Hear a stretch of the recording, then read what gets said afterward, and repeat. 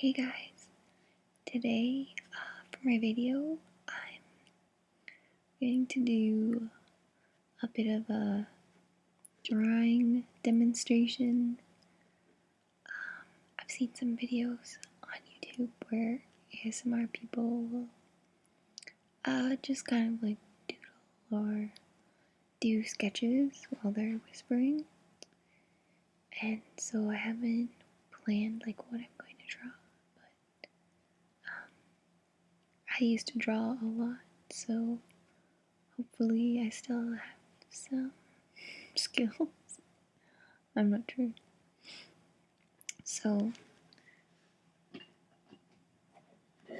today I'll be using these markers here. They're double-sided, so you have a thicker end on one side and a thinner one on the other. So this is more for precision, and then this side would be for filling in. So these are the Prismacolor Premiere series. I didn't get them in a kit. I just bought them individually, like one at a time, because they're quite expensive. I think they run around $4 each. So yeah, you have to take care of them. Anyways, I have a bunch of them here, so I'll just take them out.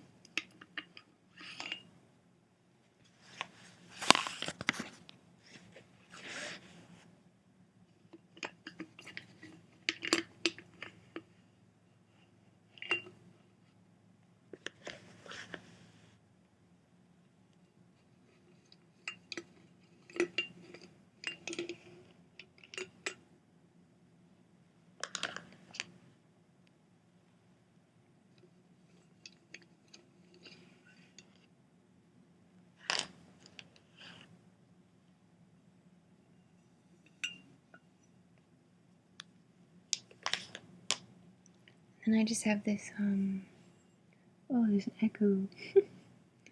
I have this handmade pot from a student at my school in the ceramics department, and I really liked it. So I bought it at our year-end art show. Yeah, it's beautiful. If you play Oblivion, Elder Scroll Oblivion, I don't know if you'd like recognize it, but I always thought that this like little design here, it reminded me of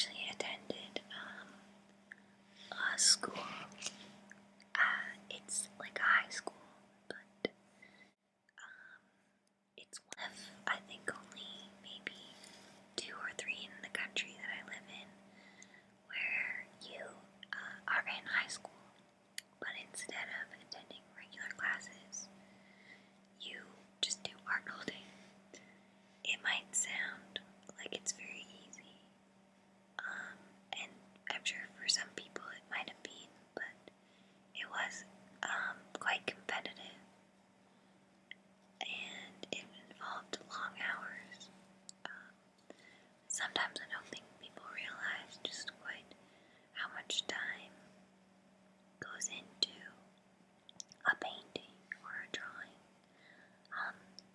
I didn't specialize in painting or drawing.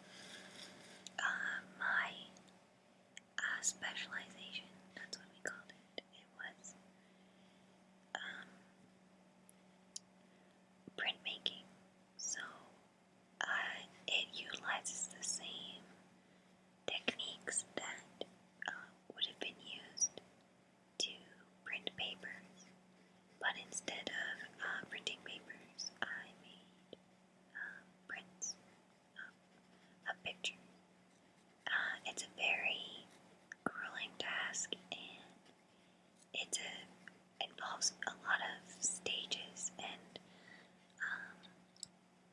scientific knowledge. Well, not knowledge to train you, but it's quite a complicated thing to do, and I think that's why I enjoyed it, because it's sort of like being a carpenter. You know, you start off with raw material, and there's no form whatsoever.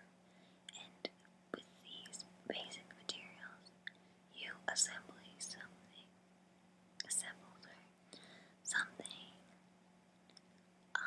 completely unique unto itself, and that's what I felt like when I was doing printmaking, because there's a lot of physical labor that went into it. I miss it a lot, but you can't really do printmaking from the comfort of your own home, because the presses cost thousands of dollars, and they're quite rare and heavy, and you need a workspace, a studio to use them. So unfortunately, I can no longer do printmaking. Well, sorry, that was probably very loud. So anyways, the school I went to, you stayed longer than most students would at a normal high school. I stayed technically in high school for 6 years. So I did 3 years of normal high school, and then 3 years of art high school. And at the time, I was very happy and excited to be there, and I do miss it a lot. But I now realize that I waste a lot of time, because being an artist is very difficult, and it's hard to make money. So I probably would have better applied myself had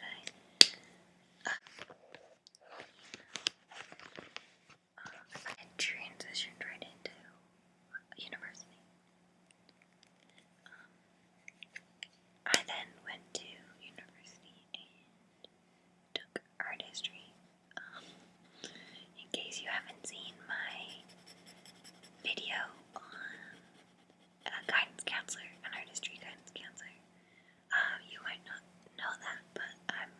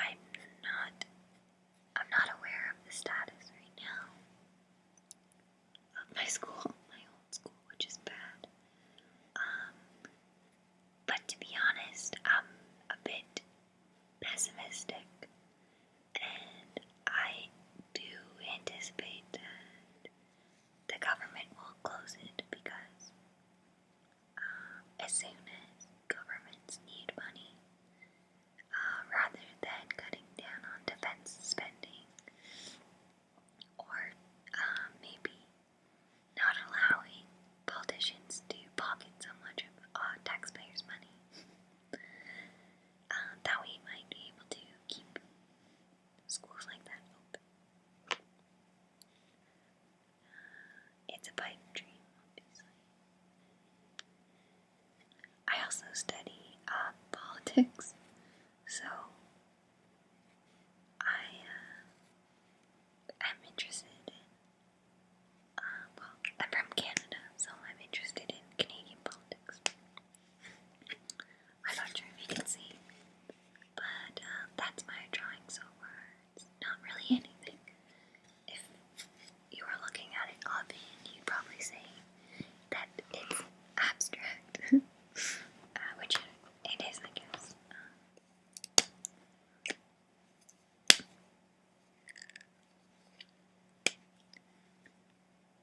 I'm assuming that one day I'm going to get to these markers and I'll open them up and they'll have dried out. They've been quite good so far. For anyone that has them, I would be happy to know how long you've had them for, and maybe how you store them. Like if there's a specific temperature that I should be keeping them at. Not sure.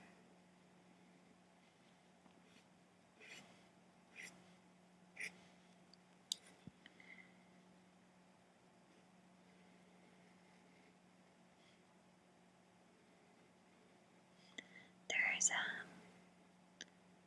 woman on YouTube. I forget her name. I'll put a link down below. She is Chinese, but she lives in, I think she lives in France. Anyways, she is an art teacher. She's amazing, and she always does these doodle drawings, and I love them. And she always talks about how you should never put pressure on yourself when you're drawing, that you should remain very open-minded about your work. So I try to do that when I'm drawing. I'm not sure if I've used this color yet. Yes, I have. Sometimes it's hard to tell. You can see here that I have these 4 colors, and they all look very similar. So I just have to keep track of which ones I've used. This one is called Ballet Pink.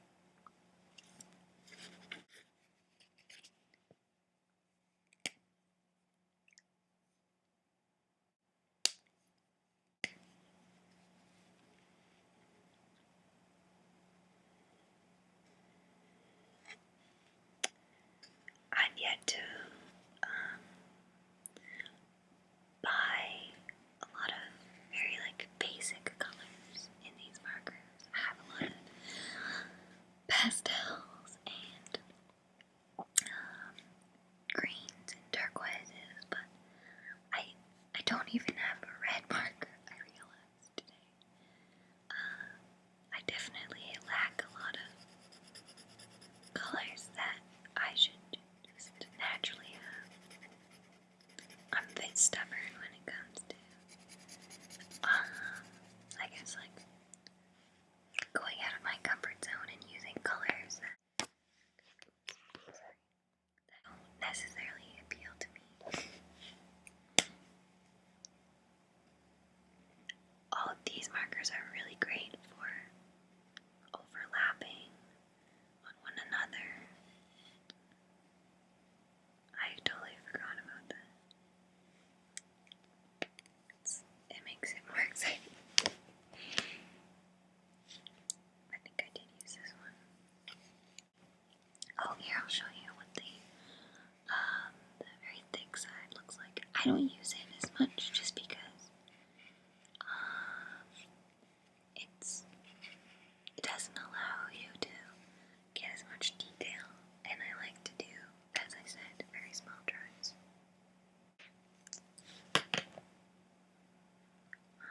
What color haven't I used?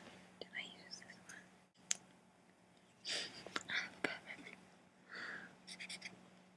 Yeah, I did.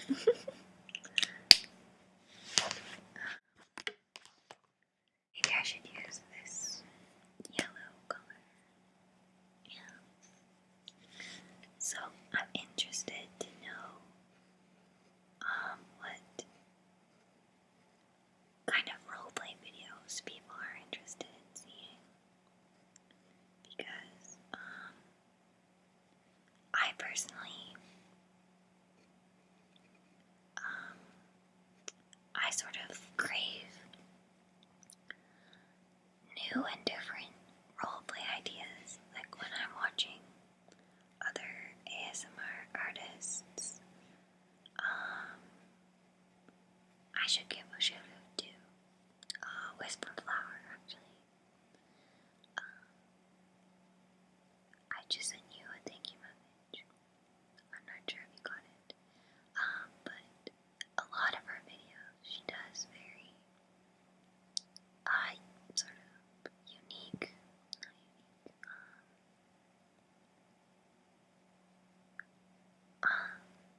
I don't know how to explain it.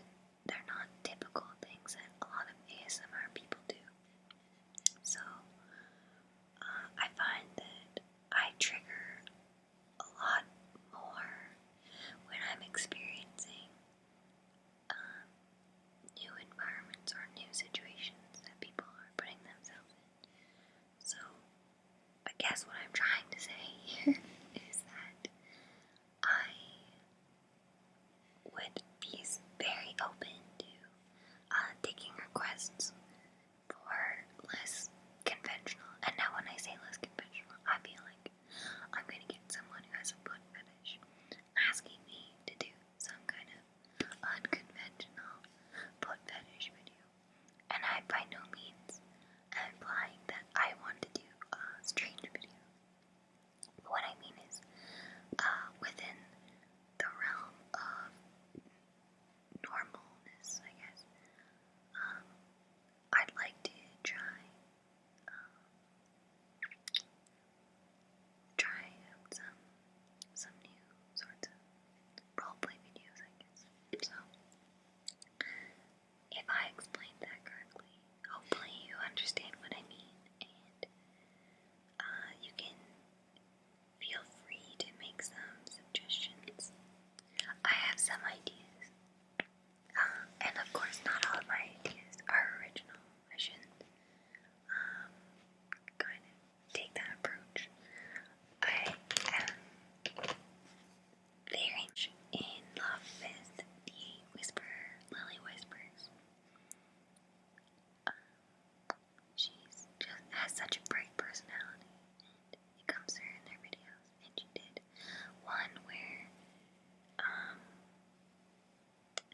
she showed you a bunch of her nail polishes, and I remember just getting the most intense triggers from that video. Like, it was such a cool experience. So I'm hoping to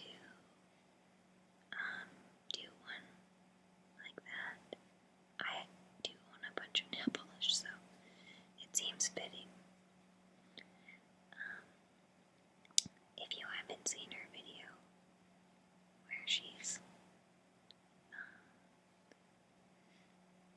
showing you with her nail polish and kind of like just handling them gently, yeah, I recommend that you see it and look at her channel if you haven't already.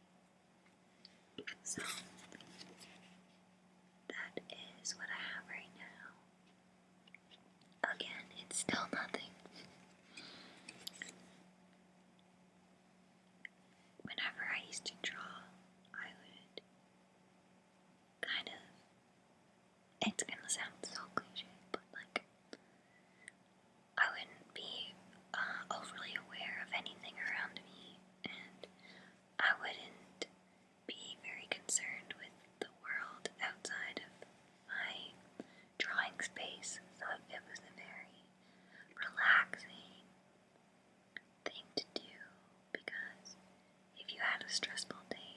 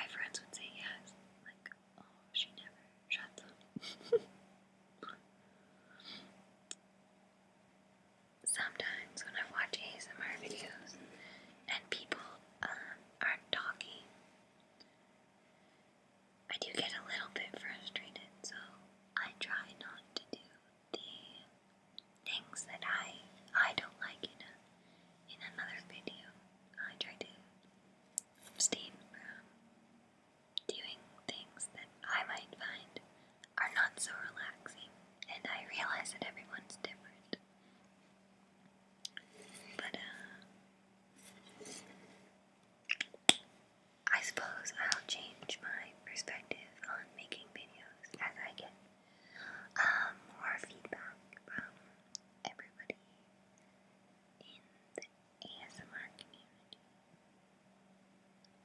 Now I just want to do one more thing on this drawing.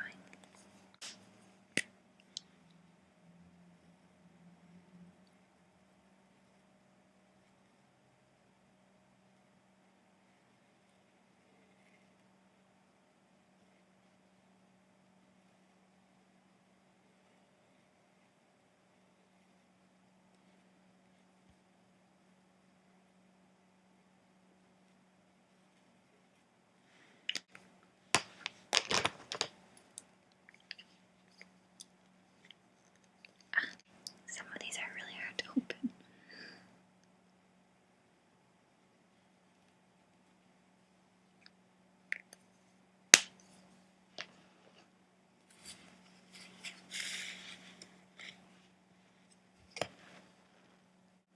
Okay, so I completed my small drawing.